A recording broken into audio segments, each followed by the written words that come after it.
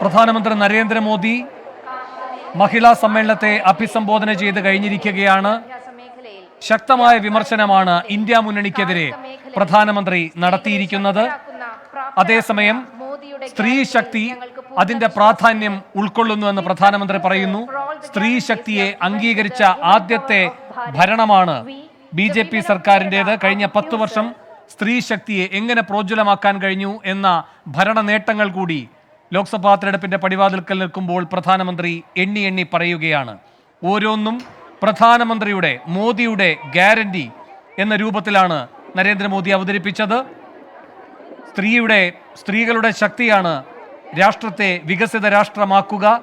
ഇടതുപക്ഷവും കോൺഗ്രസും മാറി മാറി ഭരിച്ചപ്പോഴൊക്കെ സ്ത്രീ ശക്തിയെ ദുർബലമായ ശക്തിയായി കണക്കാക്കുകയായിരുന്നു എന്ന് പറഞ്ഞുകൊണ്ടാണ് മോദിയുടെ ഉറപ്പിന്മേൽ സ്ത്രീ വിഭാഗങ്ങൾക്ക് എന്തൊക്കെ കിട്ടിയെന്നതിൻ്റെ അക്കമിട്ടുള്ള വിശദാംശങ്ങളിലേക്ക് പ്രധാനമന്ത്രി കടന്നത്.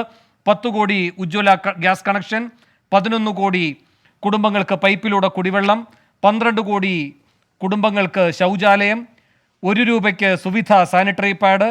കേരളത്തിൽ പ്രത്യേകമായി സൂചിപ്പിച്ചുകൊണ്ട് അദ്ദേഹം പറയുന്നത് 60 ലക്ഷത്തിലധികം കേരളത്തിലെ സ്ത്രീകൾക്ക് ബാങ്ക് അക്കൗണ്ട്, 30 കോടി മുദ്രാ ലോൺ, പ്രസവാവധി 26 ആഴ്ചയായി കൂട്ടി, സൈനിക സ്കൂളിൽ പെൺകുട്ടികൾക്ക് പഠിക്കാനുള്ള പ്രത്യേകമായ അവസരമുണ്ടാക്കി, തെരഞ്ഞെടുക്കപ്പെട്ട ലോക്സഭ നിയമസഭ സംവിധാനങ്ങളിലേക്ക് സ്ത്രീ സംവരണം ഉറപ്പാക്കി, 15 ലക്ഷം സ്വയം സഹായ സംഘങ്ങൾക്ക് ലോണ്, സ്ത്രീകളെ ലക്ഷാധിപതികളാക്കും, പ്രധാനമന്ത്രി വിശ്വകർമ്മ യോജന വഴി സ്ത്രീകൾക്ക് പരിശീലനം.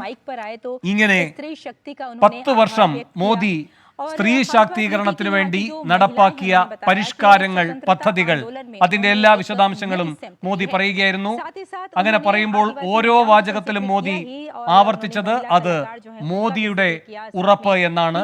രാജ്യത്ത് പല പ്രധാനമന്ത്രിമാരും ഭരിച്ചിട്ടുണ്ട്, പല ഘട്ടങ്ങളിലും അവർ പ്രചാരണ പരിപാടികളിൽ പങ്കെടുത്തിട്ടുണ്ട്. പക്ഷേ ആദ്യമായിട്ടാകും ഒരു പ്രധാനമന്ത്രി സ്വന്തം പേരിൽ ആവർത്തിച്ച് തന്റെ ഉറപ്പ് എന്ന് പറഞ്ഞുകൊണ്ട് ഭരണ നേട്ടങ്ങൾ ജനങ്ങളോട് വിശദീകരിക്കുന്നത്. എന്നു മാത്രവുമല്ല, ഇടതുപക്ഷ സർക്കാരിനെ വിമർശിച്ച ഒരു പരാമർശവും അദ്ദേഹം നടത്തുകയുണ്ടായി. ആരുടെ ഓഫീസിനെ കേന്ദ്രീകരിച്ചുകൊണ്ടാണ് സ്വർണ്ണക്കടത്ത് നടന്നത് എന്നറിയാമല്ലോ എന്ന്. ഈ പരാമർശം മോദി നേരത്തെയും നടത്തിയിട്ടുള്ളതാണ്. പക്ഷേ അദ്ദേഹത്തിന്റെ കേന്ദ്ര ഏജൻസികൾക്ക് ആ വിഷയത്തിൽ എത്രത്തോളം ഈ ഭരണ നേതൃത്വത്തെ പ്രതിക്കൂട്ടിലാക്കാൻ കഴിഞ്ഞു എന്ന ചോദ്യം ബാക്കി നിൽക്കുകയാണ്. എന്നു മാത്രവുമല്ല, ഇതെല്ലാം അതിൻ്റെ ഉച്ചസ്ഥായിയിൽ നിൽക്കുമ്പോഴാണ് ഈ സർക്കാർ രണ്ടാമത് ജനവിധി തേടി തുടർഭരണം സ്വന്തമാക്കിയതും. പിന്നീട് അദ്ദേഹം പറഞ്ഞ പ്രധാനപ്പെട്ട മറ്റൊരു വിമർശനം തൃശ്ശൂർ പൂരത്തെയും ശബരിമലയെയും സംബന്ധിച്ചായിരുന്നു. ഇന്ത്യ മുന്നണിക്ക് ഒരു താല്പര്യമേ ഉള്ളൂ, അവർക്ക് വിശ്വാസങ്ങൾ വ്രണപ്പെടുത്താനാണ് ഉത്സാഹം. ക്ഷേത്രങ്ങളെയും ഉത്സവങ്ങളെയും എല്ലാം കൊള്ളയുടെ മാർഗമായി അവർ കാണുന്നുവെന്ന് മോദി പറഞ്ഞു. പൂരത്തിൻ്റെ പേരിലുള്ള രാഷ്ട്രീയ കളി ദൗർഭാഗ്യകരമായിരുന്നു എന്ന് പറഞ്ഞു. എന്നാൽ പൂരവുമായി ബന്ധപ്പെട്ടുണ്ടായ വിവാദത്തെ അടിയന്തരമായി പിണറായി മുഖ്യമന്ത്രി ഇടപെടുകയും ആ തർക്കം പരിഹരിക്കുകയും ചെയ്തു. അതുകൊണ്ട് ആ കാര്യത്തിൽ ഇനിയുള്ള രാഷ്ട്രീയമായ വിമർശനങ്ങൾക്ക് പ്രസക്തിയുണ്ടോ എന്നറിയില്ല. പക്ഷേ പ്രധാനമന്ത്രി അത് സൂചിപ്പിച്ചു എന്നത് യാദൃച്ഛികമല്ല. ശബരിമലയിലെ കുത്തഴിഞ്ഞ സ്ഥിതി വിശ്വാസികൾക്ക് വിഷമമുണ്ടാക്കി എന്നതടക്കമുള്ള കാര്യങ്ങളാണ് പ്രധാനമന്ത്രി പറഞ്ഞത്. ക്രൈസ്തവ മതമേലധ്യക്ഷന്മാർ, ആ മേഖലയിൽ മികവ് തെളിയിച്ചവർ, ബുദ്ധിജീവികൾ, ഇവർക്കെല്ലാം വിരുന്നൊരുക്കിയ കാര്യം പ്രധാനമന്ത്രി പറയുന്നു.